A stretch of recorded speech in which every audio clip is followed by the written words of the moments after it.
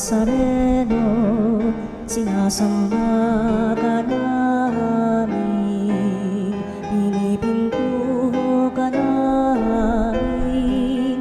Aral mo ang aming buhay at kaligtasan, Nuestro Padre Jesus Nazareno, iligtas mo kami sa kamatayan. Ang krus mong pinamatayan ay sagisag ng aming kaligtasan. Nuestro Padre Jesus Nazareno, dinarangal ka namin. Nuestro Padre Jesus Nazareno, inulwalhati ka namin. Nuestro Padre Jesus Nazareno, inarangal ka namin. Nuestro Padre Jesus Nazareno, inulwalhati ka namin.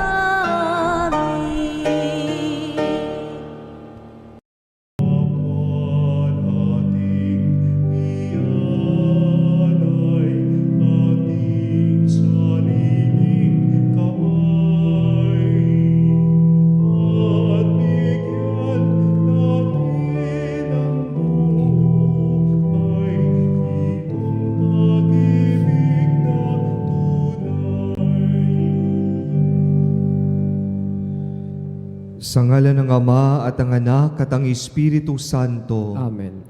Pagpalain si Jesus na bukal ng tubig na nagbibigay buhay, ang kanyang biyaya at pagmamahal ay sumainyong lahat. At sumayo rin.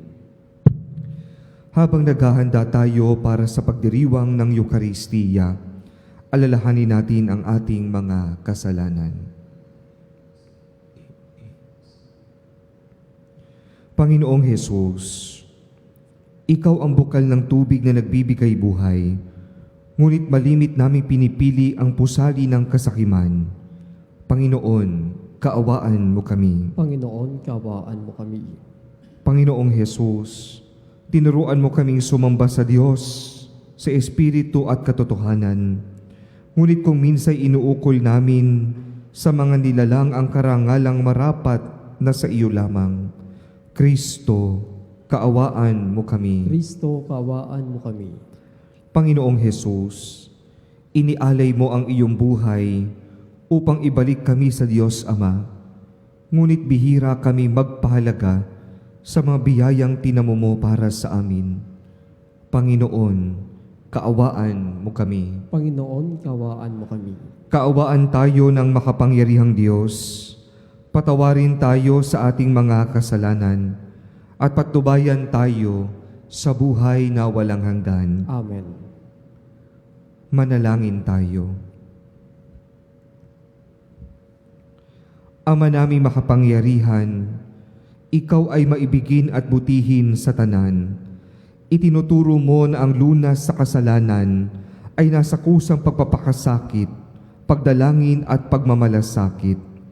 Tunghayan mo ang aming pag-amin sa mga nagawang pagsuway upang sa pagpapatirapan ng aming budhi sa iyong harap, kami lagi mong maibangon dahil sa iyong pag-ibig na tapat. Sa pamagitan ni Jesucristo, kasama ng Espiritu Santo, magpas sa walang hanggan. Amen. Pagbasa mula sa aklat ng Exodo. Noong mga araw na iyon, talagang uhaw na ang mga Israelita, kaya sinumbatan nila si Moises. Inialis mo ba kami sa Ehipto para patayin sa uhaw, pati mga anak namin at mga hayop? Kaya taimtim na nanalangin si Moises sa Panginoon. Ano ang gagawin ko sa mga taong ito? Ibig na nila akong batuhin. Sumagot ang Panginoon, magsama ka ng ilang pinuno ng sambahayan ng Israel at mauna kayo sa mga Israelita. Dalhin mo ang iyong tungkod na inihampas mo sa ilog at lumakad na kayo. Hihintayin ko kayo sa ibabaw ng malaking bato sa Horeb. Hampasin mo ito at bubukal ang tubig na maiinom ng mga tao. Gayon nga ang ginawa ni Moises, at ito ay nasaksihan ng mga kasama niyang leader ng Israel. Ang lugar na yaon ay pinangalanan nilang Masa at Meriba, dahil sa dooy nagtalo-talo ang mga Israelita at sinubok nila ang Panginoon. Ang pinagtalunan nila ay kung pinapatnubayan sila ng Panginoon o hindi. Ang salita ng Diyos. Salamat sa Diyos. Panginooy, inyong dinggin, huwag niyo siyang salungatin. Panginooy, inyong dinggin, huwag niyo siyang salungatin. Tayo ay lumapit sa ating Panginoon. Siya ay awitan. Ating papurihan ang batong kublihan natit kalakasan. Tayo ay lumapit sa kanyang harapan na may pasalamat. Siya ay purihin ng mga awiting may tuwa at galak. Panginoon, inyong dinggin, huwag niyo siyang salungatin. Tayo ay lumapit sa kanya'y sumamba at magbigay galang.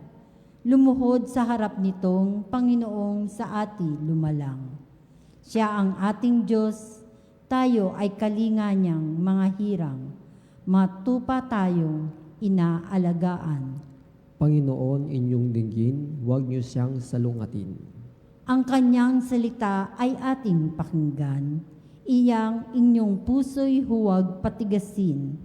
Tulad ng ginawa ng inyong magulang nang nasa Meriba sa ilang ng Masa. Ako ay tinuksot doon ay sinubok ng inyong magulang. Bagamat nakita ang aking ginawang silang nakinabang. Panginoon, inyong dinggin, huwag niyo siyang salungatin.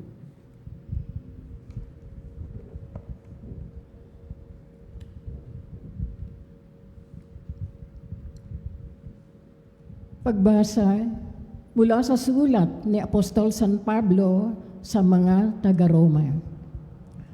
Mga kapatid, yamang napawalang sala na tayo dahil sa pananalig sa ating Panginoong Hesukristo.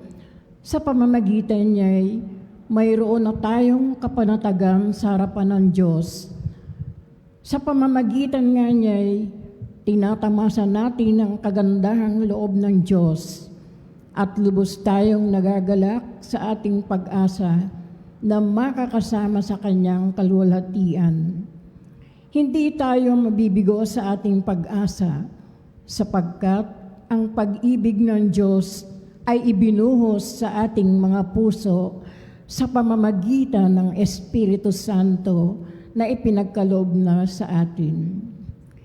Sapagkat noong tayo'y mahihina pa, namatay si Kristo sa takdang panahon para sa mga makasalanan. Mahirap mangyaring ialay ninuman ang kanyang buhay alang-alang sa isang taong matuwid. Bagamat maaring may mangahas na gumawa nito alang-alang sa isang mabuting tao. Ngunit pinadama ng Diyos ang kanyang pag-ibig sa atin nang mamatay si Kristo para sa atin noong tayo'y makasalanan pa. Ang salita ng Diyos. Salamat sa Diyos.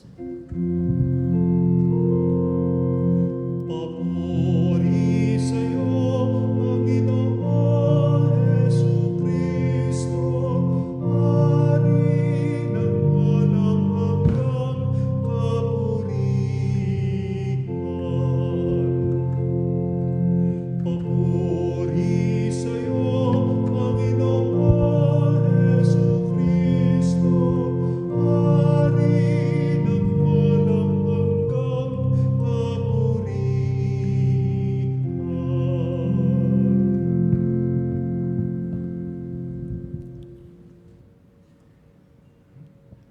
Sumainyo ang Panginoon. at sumayo rin. Ang mabuting balita ng Panginoon ayon kay San Juan. Papuri sa iyo, Panginoon. Noong panahong iyon, dumating si Jesus sa isang bayan sa Samaria na tinatawag na Sicar, malapit sa bukid na ibinigay ni Jacob sa kanyang anak na si Jose. Dito matatagpuan ang balon ni Jacob. Umupo si Jesus sa tabi nito, sapagkat siya'y napagod sa paglalakbay. Halos katanghali ang tapat na noon. May isang Samaritanang dumating upang umikib. Sinabi ni Jesus sa kanya, "Maari bang makiinom?" Wala noon ang kanyang mga alagad, sapagkat bumili ng pagkain sa bayan. Sinabi sa kanya ng Samaritana, "Kayo ay Hudyo at Samaritana ako. Bakit kayo humihingi sa akin ng inumin?" Sapagkat hindi nakikitungo ang mga Hudyo sa mga Samaritano.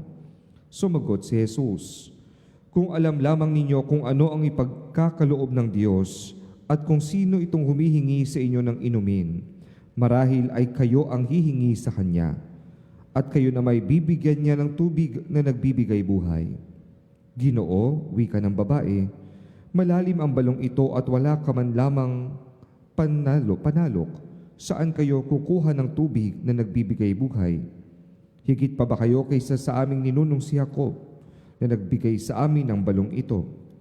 Uminom siya rito, pati ang kanyang mga anak at ang kanyang mga hayop." Sumagot si Jesus, "Ang uminom ng tubig na ito'y muling mauuhaw, ngunit ang uminom ng tubig na ibibigay ko ay hindi na muling mauuhaw. Ito'y magiging isang bukal sa loob niya, babalong at magbibigay sa kanya ng buhay na walang hanggan." Sinabi ng babae, "Ginoo, kung gayon po, ay bigyan ninyo ako ng tubig na sinasabi ninyo, nang hindi na ako mauhaw, ni pumarito para sumalok. Ginoo, sa wari ko'y propeta kayo. Dito sa bundok na ito, sumamba sa Diyos ang aming mga magulang. Ngunit sinasabi ninyong mga Hudyo na sa Jerusalem lamang dapat sambahin ng Diyos." Tinugon siya ni Jesus, "Maniwala ka sa akin, ginang. Dumarating na ang panahon na sasambahin ninyo ang Ama, hindi lamang sa bundok na ito o sa Jerusalem. Hindi nyo nakikilala ang inyong sinasamba, ngunit nakikilala namin ang aming sinasamba, sapagkat ang kaligtasan ay galing sa mga Hudyo.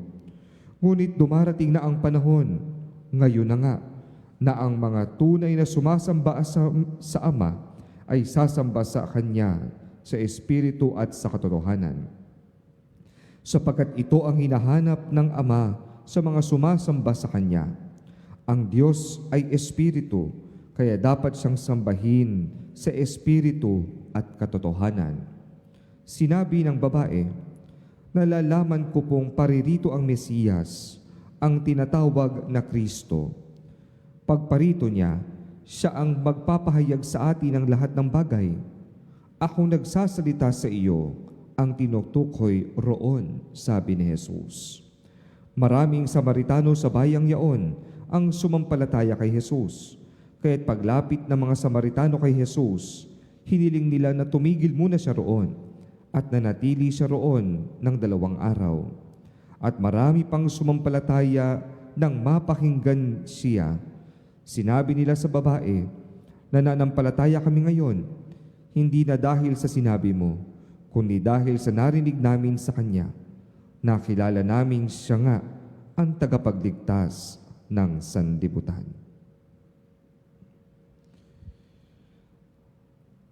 Ang mabuting balita ng Panginoon. Pinupuri ka namin, Panginoong Heso Kristo. Tayo po ay nasa ikatlong linggo na sa 40 araw na paghahanda, ikatlong linggo ngayong panahon ng Kwaresma.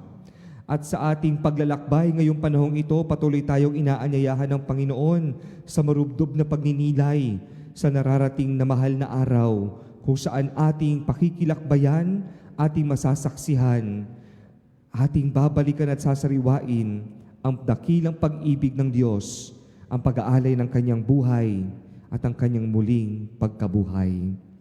Naalala ko noong ako ay seminarista pa, nang ako'y na-assign sa Mountain Province, Ang bilin sa akin ng kura paroko, kapag may nag-aya ng kape, bawal daw tumanggi. Kailangan mong tanggapin. Ito'y parang isang pagbati. Gayun din naman nung ako ay na-assign sa ilang mga isla sa may Palawan, bawal daw tumanggi, lalo sa gabi kapag nag-aya ang mga tao ng inuman. Noong una ang tingin ko, ito'y para lamang uminom ng kape o di kaya'y uminom ng alak. Pero yun pala, hindi lang ito tungkol sa pag-inom. Ang mga pag-aya pa lang ito ay tumutukoy sa pagnanais ng mga tao doon na maupo tayo, mag-usap tayo, magtagpo tayo. Hindi ba't ganito rin naman sa maraming lugar? Mga magkakaibigan, magyayaya, tara, kain tayo, kape tayo, punta tayo dito. Hindi lang ito tungkol sa lugar o sa pagkain o sa pag-inom. Ito't higit lalo ay tungkol sa pag-upo at pakikipagtagpo. Narinig natin sa ating ebanghelyo ang pakikipagtagpo ni Jesus sa isang Samaritana. Sa mata ng isang mapanghusgang pamayanan, medyo nakaka-iskandalo yung kwento sapagkat maraming mga barriers ang nalabag. Una, ayon sa batas ng mga Hudyo, bawal silang makipag-usap sa mga Samaritano. Tinuturing silang mga erehe, tinuturing silang mga second-class citizen. Ikalawa, ang katagpo ni Jesus dito ay isang babae at sila ay tinuturing din na iba sa lipunan at hindi nabibilang. Si Jesus ay isang Hudyo, isang lalaki, isang guro. Merong malaking barrier na nakaka-iskandalo sa mata ng mga Hudyo. Subalit ang lahat ng barrier na ito, lahat ng pader na ito, ay tinibag ni Jesus nang sinimulan niyang maupo, humingi ng maiinom, at binasag ang mga pader na naghihiwalay sa kanila sa isa't isa. At malinaw na ito yung misyon ni Jesus na pagparito niya. Basagin ang pader na naghihiwalay sa atin sa iba. Ang tagpong ito ay halimbawa ng isa sa mga misyon ni Jesus na nais niyang tipunin ang lahat. Ang lahat ng mula sa Ama, ang lahat ng bayan na inari ng Ama na Kanya, at nais niyang lahat ay mapagkaisa sa kawan ng Ama. At isa itong paalala din sa atin na bilang mananampalataya, sana mabasag natin yung mga pader na naghihiwalay sa atin sa iba. Ipinakita sa atin ni Jesus kung ano ang pagiging isang misyonerong disipulo. Walang naghahadlang. Ano man ang kultura, ang paniniwala, ano man ang kanyang nakaraan, ay dapat hindi makahadlang sa isang tao. Bagkus ipinakita sa atin ni Jesus ang tunay na pagsunod sa kalooban ng Ama, ang tunay na higit na kailangan natin ay basagin ang pader na naghihiwalay sa atin sa marami. Pero isang katotohanan na kadalasan, gumagawa tayo na napakadaming pader sa buhay natin. Pader na naghihiwalay sa atin, sa mga taong mahal natin sa buhay na minsan nakasama ang loob. Sa mga kaibigan na minsan na nagkaroon ng tampuhan na hindi na nag-uusap ngayon. Sa mga magkakapamilya na nagkaroon ng mga pagtatalo sa mga lupa, sa mana, na ngayon hindi na nag-uusap-usap. O hindi kaya pader na dahil ikaw ay sa ganitong prinsipyo na nagmumula, ikaw naman ay sa ganito, hindi na tayo nag-uusap. Ikaw ay pumapabor sa ganitong kulay at ako'y hindi na tayo mag-uusap.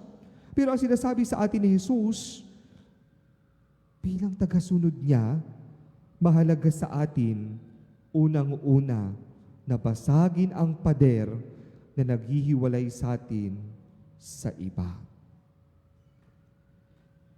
Ikalawa, nasaksihan natin kung paanong si Jesus ay humingi ng maiinom. Nauuhaw si Jesus. Ayon sa Ebanghelyo, katanghali ang tapat.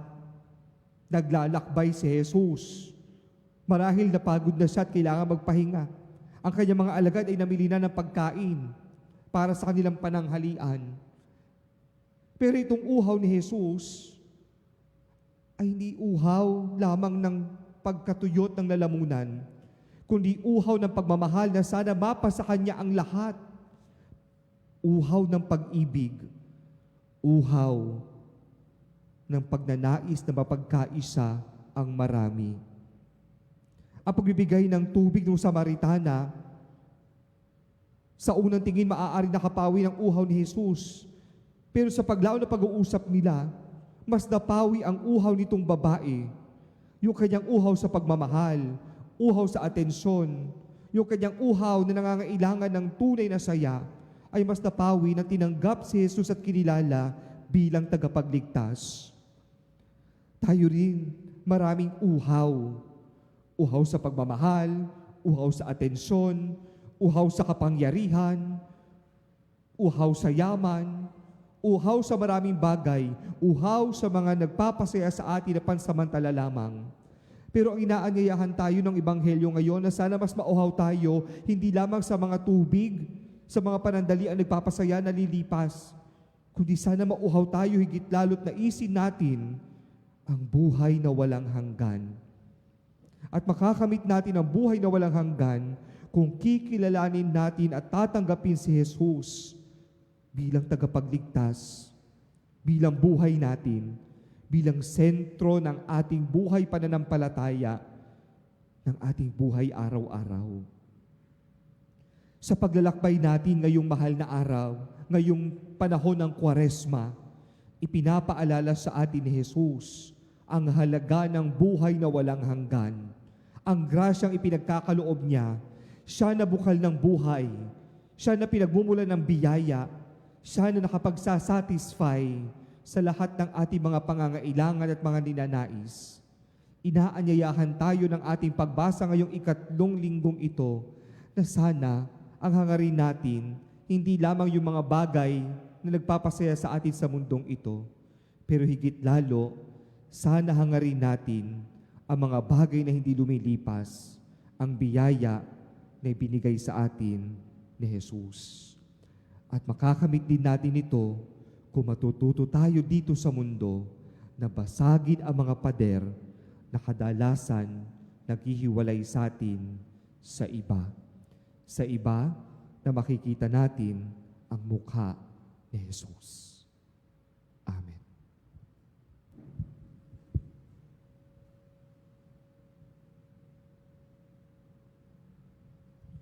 Sumasampalataya ako Sa Diyos Amang makapangyarihan sa lahat, na may gawa ng langit at lupa. Sumasampalataya ako kay Hesu Kristo, iisang anak ng Diyos, Panginoon nating lahat. Nagkatawang tao siya lalang ng Espiritu Santo.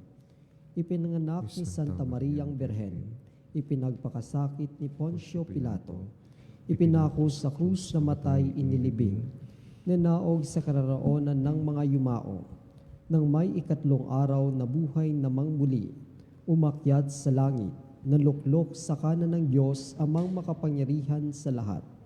Doon magmumulang paririto at hukom sa nangabubuhay at nangamatay na tao. Sumasampalataya naman ako sa Diyos Espiritu Santo, sa banal na simbahang Katolika, sa kasamahan ng mga banal, sa kapatawaran ng mga kasalanan, sa pagkabuhay na mamuli at ng matay na tao at sa buhay na walang hanggan. Amen.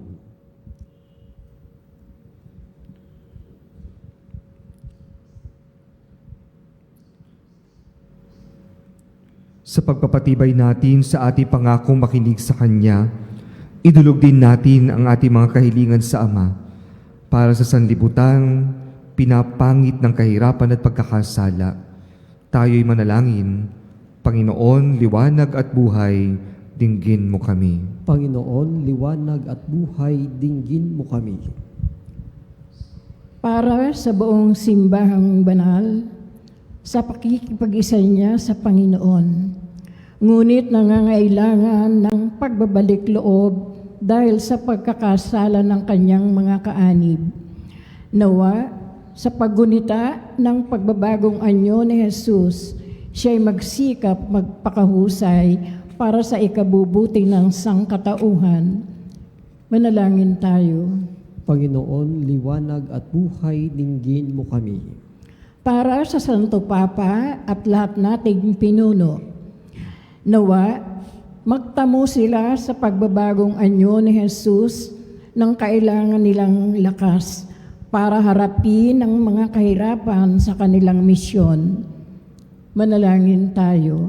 Panginoon, liwanag at buhay, dinggin mo kami.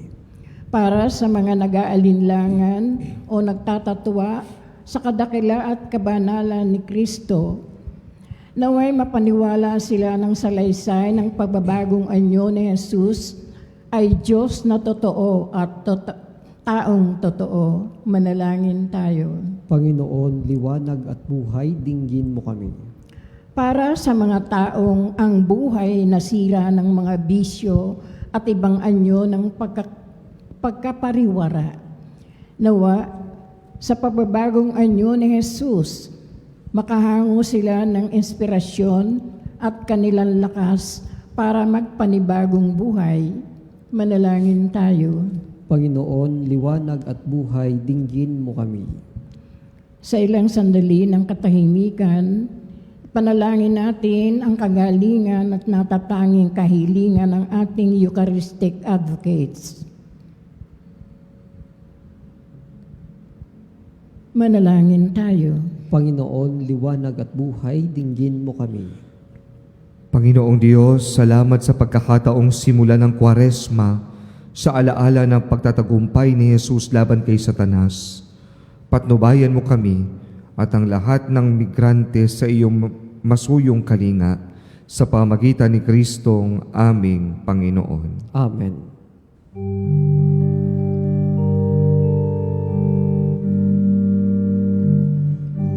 Buhay magmahal,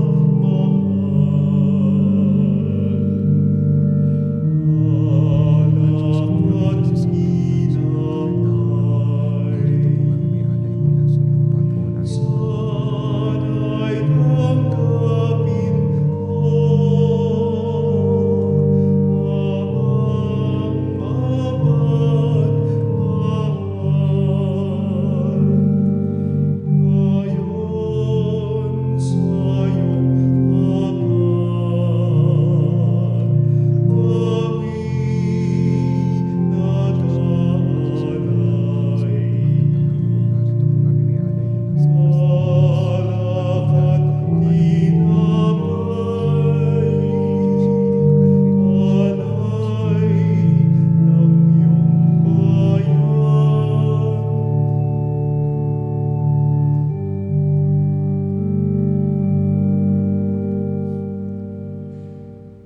Manalangin kayo mga kapatid upang itong paghahain ay kalugdan ng Diyos amang makapangyarihan. Tanggapin nawa ng Panginoon ito paghahain sa iyong mga kamay, sa kapurihan niya at karangalan sa ating kapakinabangan at sa buong sambayanan niyang banal.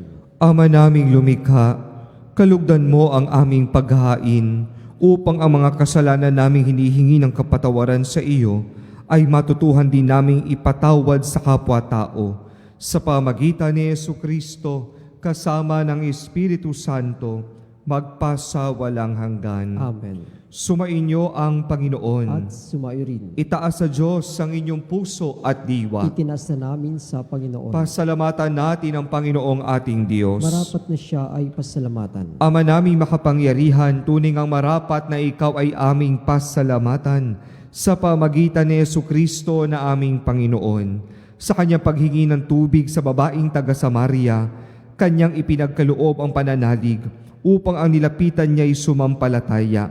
Sa pagkauhaw ng iyong anak, kanyang masidhing hinahangad na ang pag-ibig mo'y maipakilala sa mga sumasampalataya sa kanya. Kaya kaisa ng mga anghel na nagsisiawit ng papuri sa iyo, nang walang humpay sa kalangitan, kami ay nagbubunyi sa iyong kadakilaan. Santo, Santo, Santo, Panginoong Diyos ng mga hukbo, napupuno ang langit at lupa ng kadakilaan mo. Hosana, Hosana, sa kaitaasan,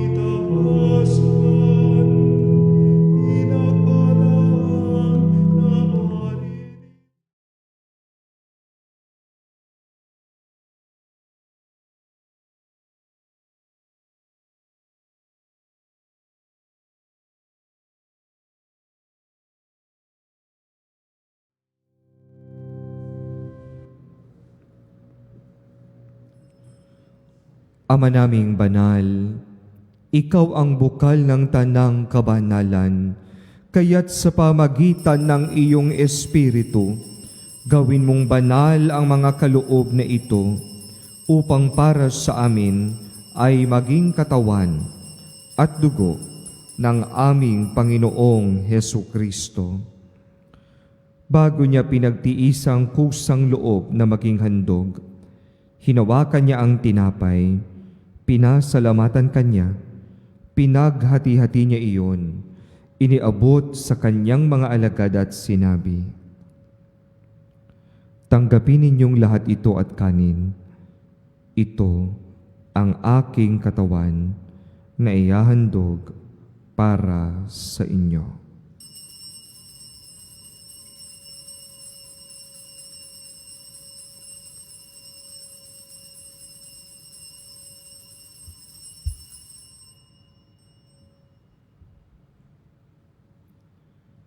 Gayon din naman noong matapos ang hapunan, hinawakan niya ang kalis, muli kanyang pinasalamatan, iniabot niya ang kalis sa kanyang mga alagad at sinabi, "Tanggapin ninyong lahat ito at inumin. Ito ang kalis ng aking dugo, ng bago at walang hanggan tipan. Ang aking dugo na ibubuhos para sa inyo at para sa lahat, sa ikapagpapatawad ng mga kasalanan. Gawin ninyo ito sa pag-alala sa akin."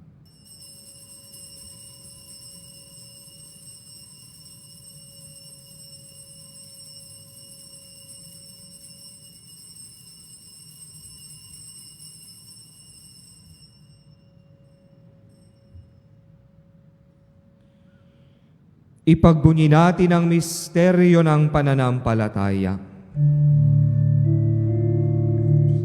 Ang kamatayan mo, Panginoon, aming ipinahayag. Ang muli mong pagkabuhay,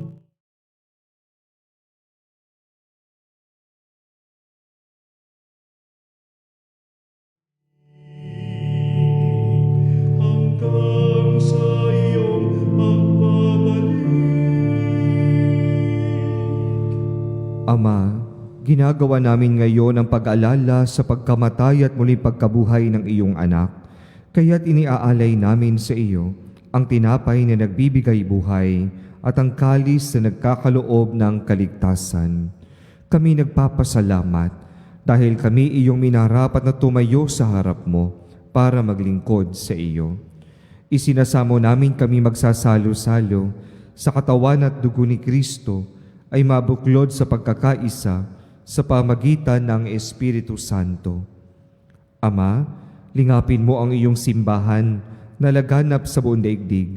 Puspusin mo po kami sa pag-ibig, kaisa ni Leon na aming Papa at ni Elias na aming Obispo at ng Tanang Kaparian. Alalahanin mo rin ang mga kapatid naming nahimlay na may pag-asang sila ay muling mabubuhay, gayon din ang lahat ng mga pumanaw. Kaawaan mo sila at patuloyin sa iyong kaliwanagan. Kaawaan mo at pagindapating kaming lahat na makasalo sa iyong buhay na walang wakas. Kaisa ng mahal na Birheng Maria na Ina ng Diyos. Kaisa ni San Jose na kanyang kabiyak ng puso. Kaisa ng mga apostol at ng lahat ng mga banal na namuhay dito sa daigdig ng kalugod-lugod sa iyo. Maipagdiwang nawa namin ang pagpupuri sa ikararangal mo sa pamagitan ng iyong anak na aming Panginoong Hesu Kristo.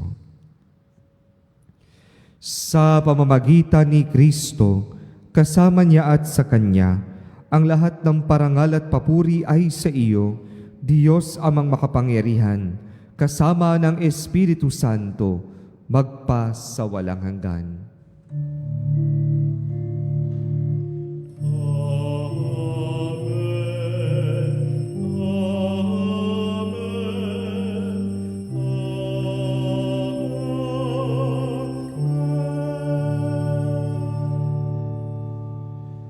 sa tagubili ng nakagagaling na utos at turo ni Jesus na Panginoon natin at Diyos, ipahayag po natin ang lakas loob. Ama namin, sumasalangit ka, sambahin ang ngalan mo, mapasa amin ang kaharian mo, sundin ang loob mo, dito sa lupa, para lang sa langit. Bigyan mo kami ngayon ng aming kakanin sa araw-araw.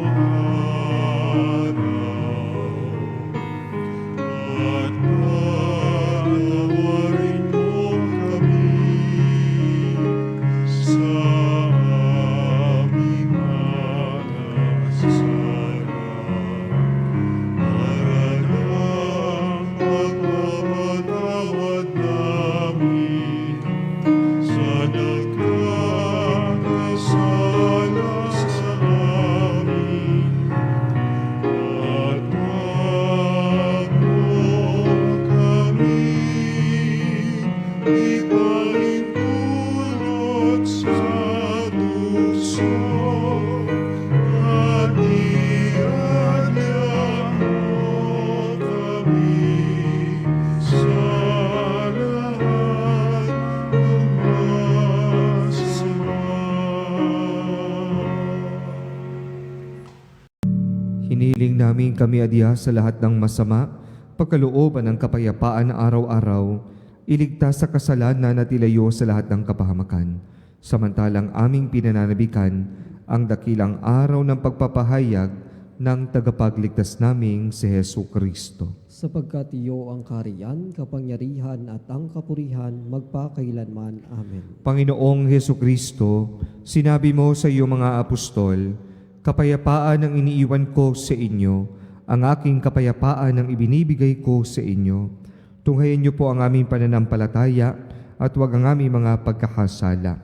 Pagkalooban mo kami ng kapayapaan at pagkakaisa ayon sa iyong kalooban, kasama ng Espiritu Santo, magpasawalang hanggan. Amen. Ang kapayapaan ng Panginoon ay laging sumainyo. At sumayo rin. Magbigayan po kayo ng kapayapaan sa isa't isa. Kapayapaan po sa bawat isa.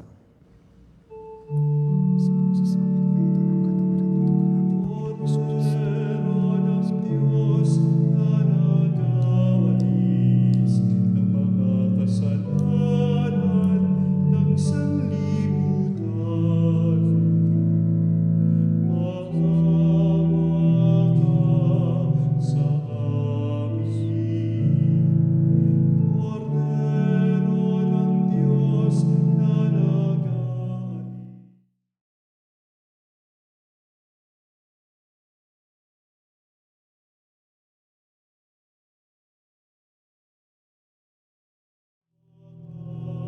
Sa amin, Agnus Dei, qui tollis peccata mundi, dona nobis pacem, dona nobis pacem, dona nobis pacem.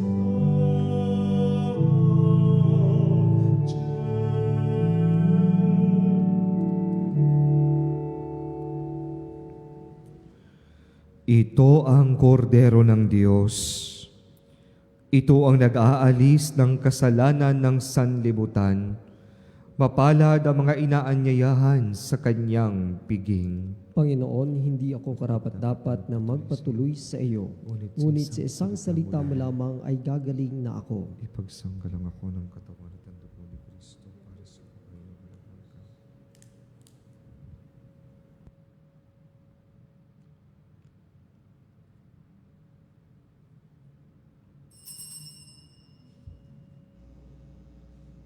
Mga kapanalig, ating dasalin ang komunyong espiritual.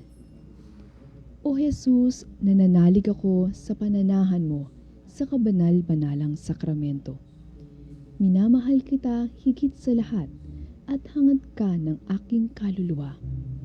Hindi ko man matatanggap ngayon ang iyong katawan at dugo, inaasahan ko na patuloy kang mamumuhay sa aking puso. Naniniwala ako na narito ka at kaisa ka ng aking buong pagkatao. Huwag mong ipahintulot na mawalay ako sa iyo. Amen. Panalangin sa karangalan ng Nuestro Padre Jesus Nazareno. O Jesus Nazareno, katamis-tamisan naming manunubos, sa harap mo ngayon naririto kami't nangangayupapa at nagsisisi ng taos-puso sa aming pagiging walang turing sa iyo at paglimot sa di mabilang na mga biyaya mo, lalong-lalo na yaong mahalagang biyaya ng pagtutubos. Dinaramdam namin at pinagsisisihang labis, Panginoon ko, ang pagkakasala namin sa iyo. Ikinalulungkot namin ang pagiging dahilan ng pagpapasan mo ng krus na iyan sa gitna ng mga hirap at kapaitan, hanggang sa inihandog mo ang iyong buhay sa bundok ng Kalbaryo, sa pagkaibig mo lamang na matubos kami at ang sangkatauhan mula sa sala. Pakabanalin mo, O Panginoon, ang aming pagnanais at ipagtanggap mo sa amin ang iyong biyaya. Maging tagapamagitan nawa ang iyong ina, ang kalinis-linisang Birheng Maria.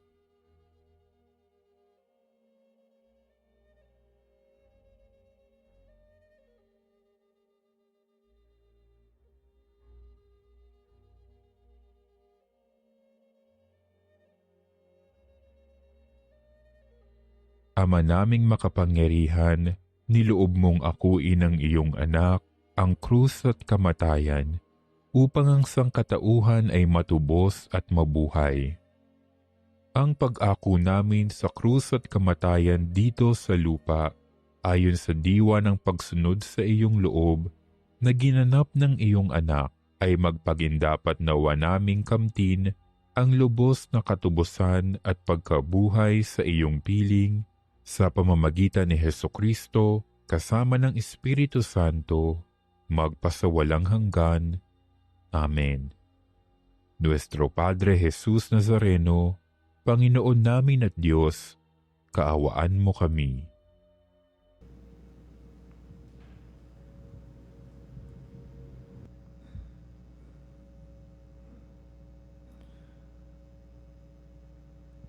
Ama naming mapagmahal, sa pakikinabang namin sa iyong banal na piking, pinagsalu-saluhan namin ang bigay mong pagkain.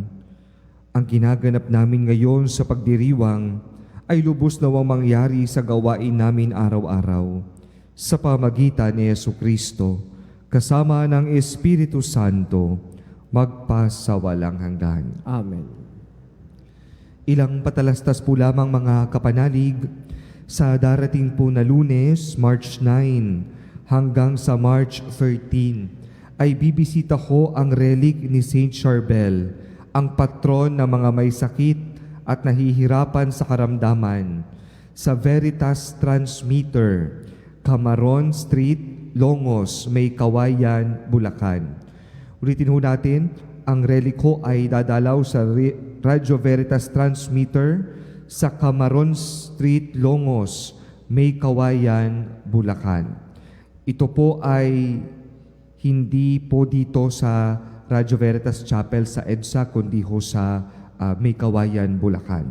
Para po sa inyong mga pamisa at mass intention, tumawag lamang po kayo sa Religious Department na may numerong 8925-7931 na may local number 129, 131 at 137, o hindi ho kaya ay mag-text sa mga numero na 0917-631-4589 at hanapin lamang po si Miss Reni Jose o si Miss Ali Nahe. Maraming salamat po sa inyo mga kapanalig. Sumainyo ang Panginoon At sumairin. at pagpalain kayo ng makapangyarihang Diyos, Ama, Anak, at Espiritu Santo. Amen. Ang misa ay naialay na. Humayo kayo sa kapayapaan upang mahalin at paglingkuran ang Panginoon. Salamat sa Diyos.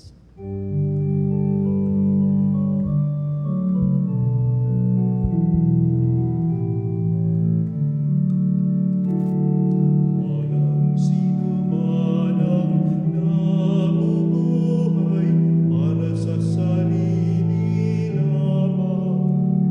Walang sino man ang namamatay para sa sarili.